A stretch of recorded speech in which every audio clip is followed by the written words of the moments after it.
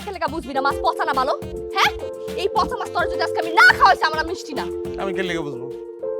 আমি কে লেগে বুঝবো যে মাছ ধরিনি? আপনি আমার বিয়ে শাদী করেন, বিয়ে শাদী করেন নাই বলে আপনি কি বুঝাইতে চাইতেছেন? ওই ঘটনা হচ্ছে আমি বিয়ে শাদী করিনি, মানে আমি বিয়ে শাদী করিনি, বুঝছেন? ওই স্বপ্ন ছিল আপনার মতো যদি কোনো সুন্দরী মায়ের চাল পাই তাহলে করে আমি বিয়েটা সাইরে ফেলবো। আসসালামু আলাইকুম, চলে গেলাম। গান ছাড়া দাও তো, তাহলে চলেন হ্যাঁ চলেন। আমাকে বাড়ি যাবেন, টাকা তোমার বউর কাছে, এর কাছ থেকে লইতে হইব। শুনেন, আমার বউ আর তার বাপের বাড়ির দিককার সবাই পাগলামি বেড়ে গেছে। হসপিটালে নিতে হইব, নিতে পারতাছি না। উড়ানে গিয়ে খারাইলে পাতিল ভিক্ষা মারে, আর বগলে গেলে তাও দিয়ে খুব মারতে হয়। কি করছেন ভাই? আপনি তার স্বামী, সে আপনারই কোপাচ্ছে।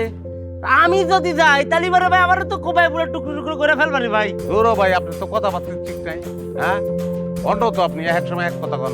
মাত্র কইলেন যে মার্ডার হইলেও আপনার টেকা লয়ে যেতে হইব। এখন আবার জানের ভয় পাইতেছেন, অসুবিধা না, আমি লগে আছি।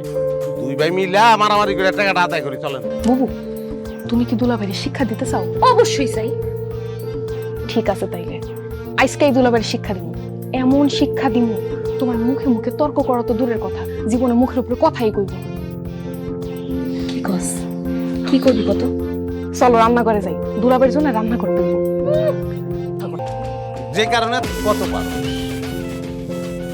আমার স্বামীর সাথে কেউ উল্টাপাল্টা কিছু বললে আমার বউ তার মাথা ফাটাই দিবে, আবার আমার বউর সঙ্গে কেউ উল্টাপাল্টা কিছু করলে আমার স্বামী তার মাথা ফাটাই দিবে। আগে আমরা দুইজন দুজনের সঙ্গে ঝগড়া করে মাথা ফাটাইতাম।